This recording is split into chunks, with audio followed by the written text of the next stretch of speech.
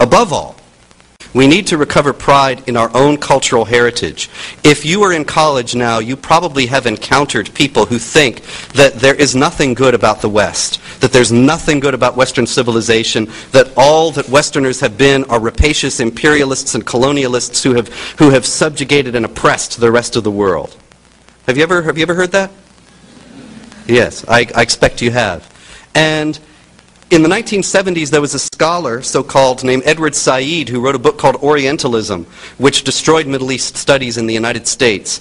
And he posited in his book that any criticism of the Islamic world from the West was ipso facto racist and imperialist, and could not be countenanced. And of course, given the zeitgeist at the time, and since then, that has been a hugely popular idea on college campuses, making critical study of the elements of Islam that give rise to violence absolutely impossible on campus, and also vilifying the West, and particularly the Crusades, as being the cause of all the troubles. Well, I'll tell you, the Crusades were a much delayed defensive reaction to Islamic jihad.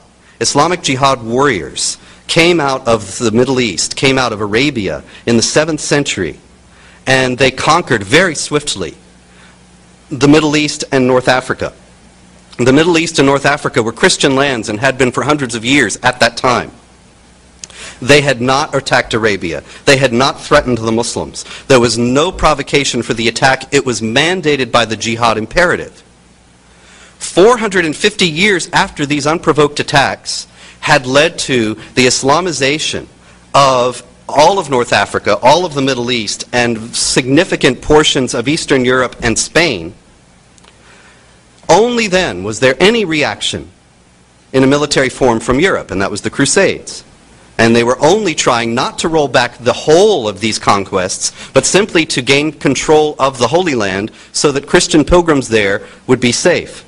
Now, I am not interested, and I'm not going to defend every aspect of the Crusades. There were many things about them that went wrong. But nonetheless, the effort itself was nothing that any Westerner who is a son or daughter of the Crusaders needs to be ashamed of. This was a response to aggression, not an aggression. There was nothing colonialist or oppressive or imperialist about it. And that is just one aspect of the cultural counterattack that we need to mount at this point, because if we are going to be ashamed of ourselves, of our history and of our heritage, then we will not be interested in defending what our history and heritage have brought us.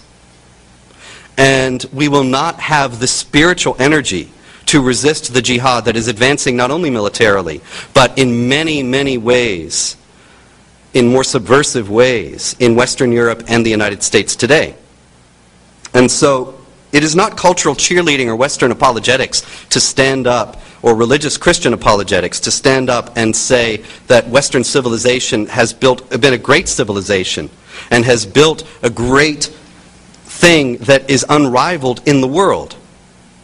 We are defending notions of the universal dignity of all people and of the human rights of all people that are actually expressly denied within Islam, which institutionalizes the discrimination against women and non-Muslims.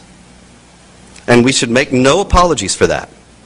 That is, as a matter of fact, all the more essential given the headlines every day.